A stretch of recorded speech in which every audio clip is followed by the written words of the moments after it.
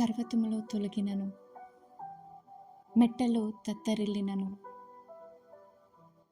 నా కృప నిన్ను విడిచిపోదు. సమాధాన విషయమైన నా నిబంధన తొలగిపోదు అని నీ యందు జాలిపడు యెహోవా సెలవిచ్చుచున్నాడు. యెషయా 54 అధ్యాయం 10వ వచనం. పర్వతాలు చూసారా, ఎంతో స్థిరంగాను బలంగాను ఉంటాయి. యేసయ్య అంటున్నారు, అవి కూడా తొలగిపోతాయేమో, నా కృప నేను ఎన్నడూ కూడా విడిచిపోదు. మీరు అనుకుంటున్నారు, నేను దేవుని నుంచి చాలా దూరం వెళ్ళిపోయాను, నా సొంత నిర్ణయంతో ఎన్నో పాపాలు చేశాను, మళ్ళీ నేను తిరిగి దేవుని దగ్గర వెళ్ళలేనేమో అనుకుంటున్నారేమో. అయితే యేసయ్య అంటున్నారు, నీ పట్ల నా ప్రేమ ఎన్నడూ కూడా మారదు.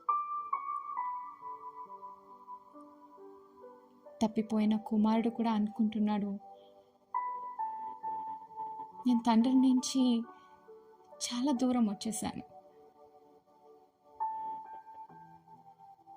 నేను చాలా మోసాన్ని చేశాను, నేను ఘోరమైన పాపాలు చేశాను, మళ్ళీ నేను తిరిగి తండ్రి దగ్గరికి ఎలా వెళ్ళను? అయితే ఆ తండ్రి మాత్రం కుమారుడి కోసం రోజులు నెలలు వేచి చూస్తున్నాడు. అలాగే పరలోకమున్న తండ్రి మీకోసం వేచి చూస్తున్నాడు. అయితే తిరిగి యేసయ్య దగ్గరికి వస్తారా? ఒక చిన్న ప్రార్థన చేయండి. యేసయ్య, నీ నుంచి నేను చాలా దూరం వెళ్ళిపోయాను, మళ్ళీ తిరిగి నీ దగ్గరికి వస్తున్నాను. ఈ చిన్న ప్రార్థన చేస్తే చాలు, ప్రేమ కలిగిన తండ్రి తన నీతి అనే వస్త్రముతో నిన్ను కప్పి నిన్ను ఆదుకుంటాడు, నిన్ను చేర్చుకుంటాడు. అటువంటి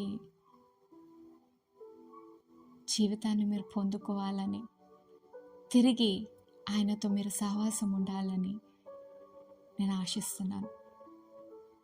దేవుడు మిమ్మల్ని ఆశీర్వదించును గాక.